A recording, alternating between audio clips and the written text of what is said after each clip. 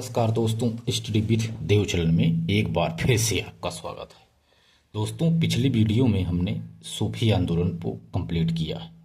तो दोस्तों, हमने दिल्ली सल्तनत, अरबों का आक्रमण आदि को देख लिया है, सूफी आंदोलन पे चर्चा कर लिया है। अब मुगलों के आक्रमण से पहले दक्षिण भारत के राज्य पे चर्चा करते हैं। बीच में ये दक्षिण भारत के राज्य, दक्षिण के राज्य, यहाँ दो राज्य हुआ करता था, दो साम्राज्य, विजयनगर साम्राज्य, दूसरा है बहमनी राज्य। विजयनगर साम्राज्य के संस्थापक हरिहर एवं बुक्का हैं, जिन्होंने इनकी स्थापना 1336 ईस्वी में किया था। विजयनगर साम्राज्य की प्रारंभिक राजधानी थी अनेकोंडी। 7 वर्षों के बाद विजयनगर को राजधानी उन्होंने बनाया, यानी हम्पी को। यह हिंदू राज्य था। जो विजयनगर साम्राज्य है, हिंदू राज्य था। बहमनी राज्य की स्थापना 1347 ईस्वी में, इसकी स्थापना अलाउद्दीन बहमन शाह हसन गंगू ने किया था। अलाउद्दीन बहमन शाह ने किया था, यानी हसन गंगू इनको कहते थे। राजधानी थी गुलबर्गा, यानी अहसानाबाद। यह एक मुस्लिम राज्य था। यदि स्थिति को देखें तो आइए देखते हैं कि स्थिति क्या है इसकी। दक्षिण भारत है, उत्तर को नहीं बना, दक्षिण भारत बना लेना है। यह क्षेत्र है पूरा यहां से लेकर के यहां तक। इतने पूरे क्षेत्र को विजयनगर साम्राज्य कहते हैं। यह कृष्णा नदी है, यह है तुंगभद्रा नदी, और ये है गोदावरी नदी, ये है नर्मदा नदी। जो ये वाला पूरा क्षेत्र है दोस्तों, ये है बहमनी राज्य। इतना यहां से लेकर के इतना बहमनी राज्य है। यह खाली क्षेत्र है, यहां किसी का कब्जा नहीं था। यहां से लेकर के यहां तक दक्षिण तक पूरा फैला हुआ है ये विजयनगर साम्राज्य। यह दक्षिण भारत में 17 विद्रोह हुए थे दोस्तों। दक्षिण भारत में 17 विद्रोह हुए थे। मोहम्मद बिन तुगलक के काल में 23 एकताएं थी और 34 विद्रोह हुआ था। मोहम्मद बिन तुगलक ने दिल्ली सल्तनत में 23 एकताएं थी, 34 विद्रोह हुआ था दिल्ली सल्तनत में।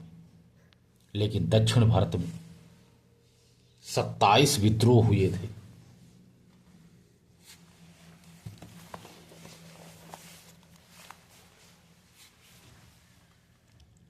मध्यकाल में दक्षिण भारत में एक हिंदू राज्य विजयनगर, दूसरा मुस्लिम राज्य बहमनी का अस्तित्व में आना एक महत्वपूर्ण घटना मानी जाती है। मध्यकाल में दक्षिण भारत में एक हिंदू राज्य विजयनगर, दूसरा मुस्लिम राज्य बहमनी का अस्तित्व में आना एक महत्वपूर्ण घटना मानी जाती है। विजयनगर को जीत का शहर कहा जाता, यानी टाउन ऑफ विक्ट्री। विजयनगर को जीत का शहर कहते हैं। मोहम्मद बिन तुगलक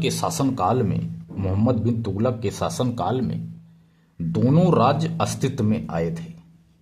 मोहम्मद बिन तुगलक का साम्राज्य 23 एकताओं वाला साम्राज्य था। उसके काल में सर्वाधिक 34 विद्रोह हुए। इन विद्रोहों में 27 विद्रोह दक्षिण भारत में हुए थे। उनमें सर्वाधिक महत्वपूर्ण 1336 ईस्वी में विजयनगर का विद्रोह और 1347 ईस्वी में बहमनी राज्य का विद्रोह सबसे प्रमुख था। हरिहर और बुक्का दोनों भाई काकतीय वंश में कोषाधिकारी के पद पर कार्य कर रहे थे। जो हरिहर और बुक्का हैं, दोनों भाई काकतीय वंश में कोषाधिकारी के पद पर कार्य कर रहे थे। जब मोहम्मद बिन तुगलक आक्रमण काकतीय वंश पर किया तो हरिहर और बुक्का कांपिल्य चले गए। कुछ समय के पश्चात मोहम्मद बिन तुगलक ने कांपिल्य राज्य पर आक्रमण करके दोनों भाइयों को कैद करके दिल्ली ले गया। उन्हें इस्लाम धर्म में परिवर्तित कर दिया। हरिहर और बुक्का को मोहम्मद बिन तुगलक ने इस्लाम धर्म में परिवर्तित कर दिया।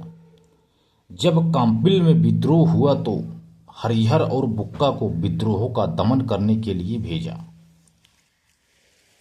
जब दोबारा होता है कांपिल्य तो हरिहर और बुक्का ने कांपिल्य के विद्रोहों का दमन करने के बाद वैष्णव संत थे एक विद्याधर के प्रभाव में आकर के 1336 ईस्वी में विजयनगर साम्राज्य की स्थापना की। संत विद्याधर ने हरिहर और बुक्का को पुनः हिंदू धर्म में दीक्षित किया।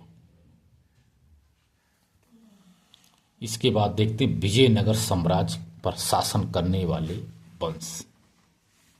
प्रथम वंश था संगम वंश। संगम वंश के संस्थापक हैं हरिहर और बुक्का। दूसरा है सालूव वंश के संस्थापक हैं नरसिंह सालूव। तीसरा है तुलु वंश, इसके संस्थापक हैं वीर नरसिंह। चौथा है अराविडु वंश के संस्थापक हैं तिरुमल। ये चारों विजयनगर साम्राज्य पर शासन करने वाले वंश हैं। हरिहर और बुक्का के पिता का नाम संगम था। दोनों भाइयों ने अपने पिता संगम के नाम पर संगम वंश की 1336 ईस्वी में स्थापना की। यह विजयनगर साम्राज्य का पहला वंश है। विजयनगर साम्राज्य पर शासन करने वाला अंतिम वंश अराविडु वंश है। इन वंशों में तुलु वंश का शासक कृष्णदेवराय सबसे शक्तिशाली शासक था। तुलु वंश का उसे यानी कृष्णदेवराय को विजयनगर साम्राज्य का भी सबसे शक्तिशाली शासक कहा जाता है। यानी विजयनगर साम्राज्य का सबसे शक्तिशाली शासक है। तो दोस्तों छोटा सा काम आ गया, इसीलिए अब अगले वीडियो से करेंगे। हरिहर प्रथम थे तो हमने दोस्तों बता दिया आपको विजयनगर पर साम्राज्य पर शासन करने वाले वंश कौन कौन थे। संगम वंश, सालू वंश, तुलु वंश और अराविडु वंश। संगम वंश का संस्थापक है हरिहर और बुक्का। सालू वंश के संस्थापक हैं नरसिंह सालू। तुलु वंश के संस्थापक हैं वीर नरसिंह। अराविडु वंश के संस्थापक हैं तिरुमल। तो दोस्त मिलते हैं और बेहतरीन क्लास में, तब तक के लिए धन्यवाद।